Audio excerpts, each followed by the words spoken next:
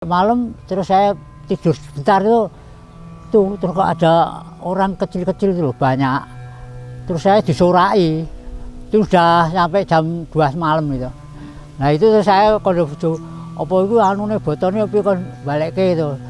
Ya saya belum jam 2 itu saya kembalikan kok rada ada adem-adem.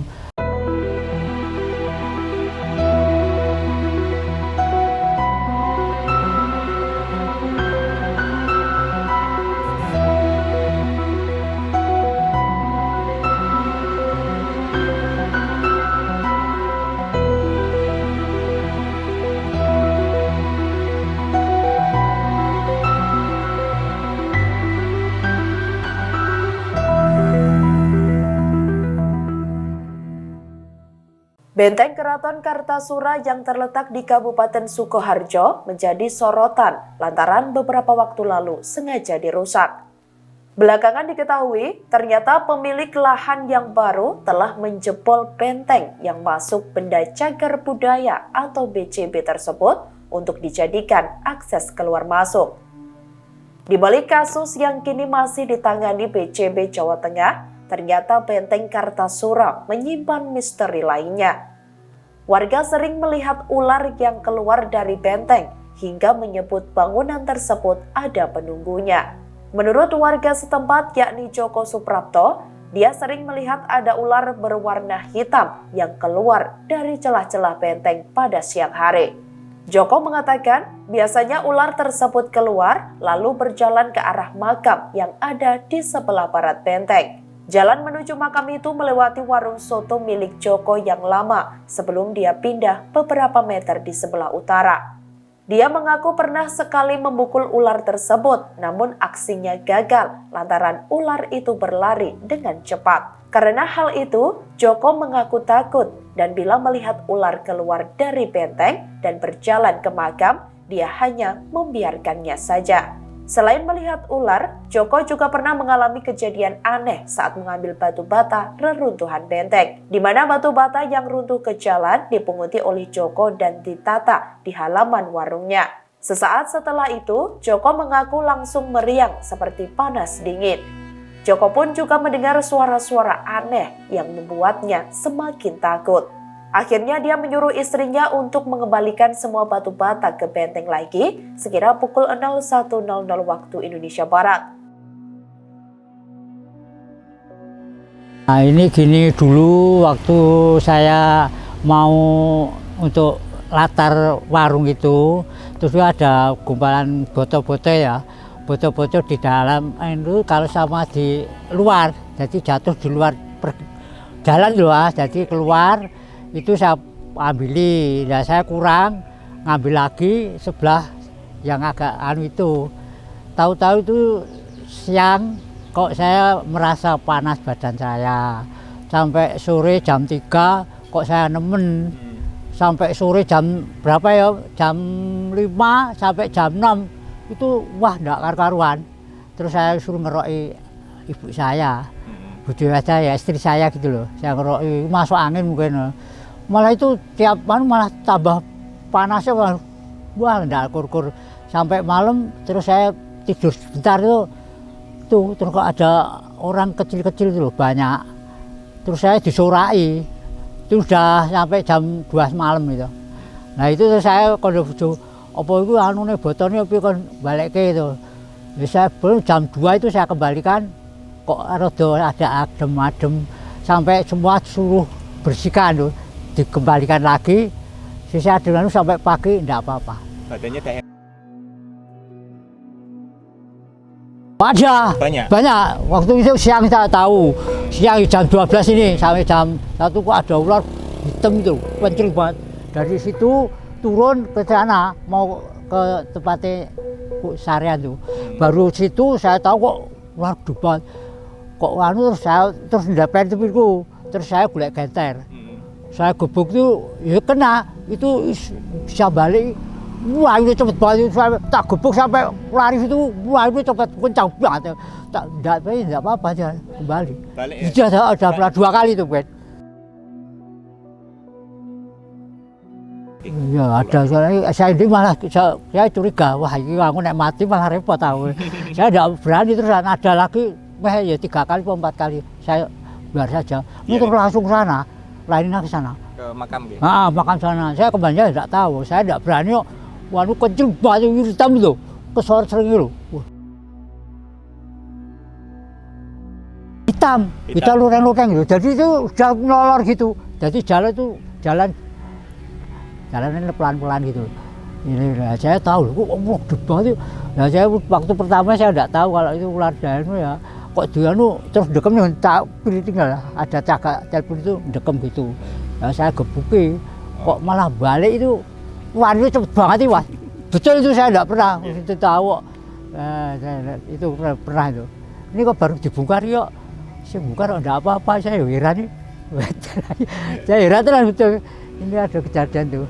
Sementara, pegiat sejarah Solo yakni Kanjeng Raden Mas Tumenggung Elnuki Mahindranata Nagoro mengatakan, ular yang dilihat warga itu bisa dijelaskan secara ilmiah. Diketahui, dulunya lokasi yang menjadi benteng Keraton Kartasura ini merupakan kawasan hutan, sehingga kemunculan ular di lokasi merupakan hal yang wajar, di mana bangunan tersebut kembali menjadi hutan. Pasalnya sejak tahun 1742, Keraton Kartasura mulai pindah ke Surakarta. Kemudian, sekira tahun 1820, Paku Buwono IX mencari dan menemukan kembali Keraton Kartasura dan dipakai untuk pemakaman dan harapan ramai lagi karena ada sadranan atau banyak orang ziarah.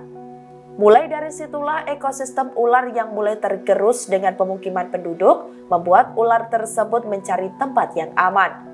Kanjeng Raden Mas Tumenggung Elnuki Mahindranata Nagoro mengatakan, ular itu menempati celah-celah rongga benteng karena tembok tahun 1700-an tidak memakai semen. Seiring berjalannya waktu, bangunan itu hancur dan berongga. Tak menutup kemungkinan, benteng Keraton Kartasura itu juga ditempati oleh makhluk tak kasat mata. Dia meminta kepada seluruh masyarakat untuk sama-sama merawat dan menjaga lokasi bersejarah tersebut. Selain itu, masyarakat diharapkan menghormati tempat tersebut yang merupakan situs atau bangunan yang dilindungi. Ya, tempat-tempat yang dikeramatkan atau tempat yang dulu mempunyai cerita masa lalu yang panjang memang biasanya, apalagi di petilasan-petilasan keraton seperti ini, tempat-tempat ini dulunya mestinya dijaga atau ditunggui oleh penunggu-penunggu atau kawula-kawula keraton yang tidak tampak ya. Jadi mestinya mereka juga menjaga keberadaan situs atau benda-benda yang ada di tempat kekuasaan atau tempat yang dijaga oleh mereka. Saya kira itu. Jadi kalau ada yang mengambil atau istilahnya mengambil dengan tidak semestinya, tidak izin, tidak apa, kan mereka juga dianggap mencuri juga. Jadi mereka juga tidak akan berkenan untuk diambil atau dibawa pulang. Saya kira itu. Kalau berkembang masalah isu ular itu lebih muncul di dalam Keraton Kartasura sendiri. Di sebelah barat bekas jebolan geger pecinan itu juga ada kemunculan ular di waktu-waktu tertentu. Jadi ketika membersihkan di sana di waktu siang asar gitu, ular itu muncul. Kemudian di sore ketika mendekati maghrib, ular-ular itu muncul, saya kira, dari dalam tembok. Secara teknis mungkin keberadaan ular itu mungkin menempati atau berada di celah-celah rongga dari tembok-tembok yang ada di sana ya, karena ada di sini juga, karena tembok-tembok tahun 1600-an, 1700 awal ini memang tidak memakai semen, tidak memakai penyekat ya, jadi langsung ditumpuk seperti itu. Jadi kalau batu bata yang ditumpuk itu kan hancur akhirnya, dan itu membentuk suatu tanah. Tanah itu kalau berongga pasti akan dipakai untuk sarang ular, saya kira itu. Kalau kemunculan ular secara teknis itu memang banyak ular. Karena begini, Keraton Kartosuro ketika 1745 berpindah ke Surakarta, Susunan Pakubono II mengumumkan untuk mengembalikan nama Kartosuro menjadi Wonokarto kembali. Jadi dikembalikan menjadi desa awal sebelum menjadi ibu kota nagari. Jadi kembali ke Wonokarto dan kembali menjadi hutan lagi. Baru kemudian ketika sesudah tahun 1788 antara 1788 sampai 1820 antara tahun itu, Susunan Pakubono keempat menemukan, dalam tanda kutip menemukan tempat ini kembali, kemudian dipakai untuk pemakaman, dengan harapan kalau dipakai untuk pemakaman tempat ini menjadi terpelihara karena sering ada sadranan, ada apa seperti itu. Jadi kalau kita mau berbicara teknis, kita bukan hanya menempati bekas Keraton Kartosuro, tapi kita menempati tempat yang sempat menjadi hutan gitu.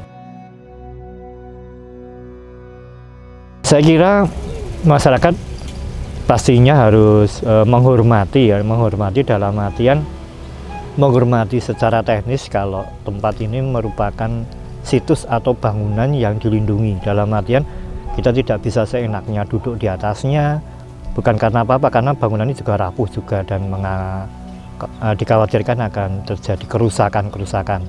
Yang kedua, dimanapun terutama di tempat-tempat seperti ini pasti ada sesuatu yang tidak kita lihat juga. Jadi kita juga harus kulon nuwun, pastinya juga ada yang menunggu tempat seperti ini. Jadi saya kira masyarakat tahu bagaimana bersikap ketika mendekati sebuah situs budaya atau peninggalan sejarah. Sebenarnya kalau saya melihat dari tinjauan untuk mengambil hanya satu, saya kira tidak apa-apa ya. Cuma yang kasusnya kalau itu narasinya diperbolehkan, nanti semua akan mengambil dan itu terjadi perusakan yang masif ya. Jadi saya kira kalau tidak ada untuk kepentingan penelitian atau apa, itu sebaiknya masyarakat tidak usah untuk mengambil, karena benda-benda ini harus kita rawat juga bareng-bareng, jadi supaya keberadaannya masih bisa kita nikmati. Karena kalau nanti semua ikut-ikutan mengambil, nanti jadi strukturnya juga berubah juga gitu.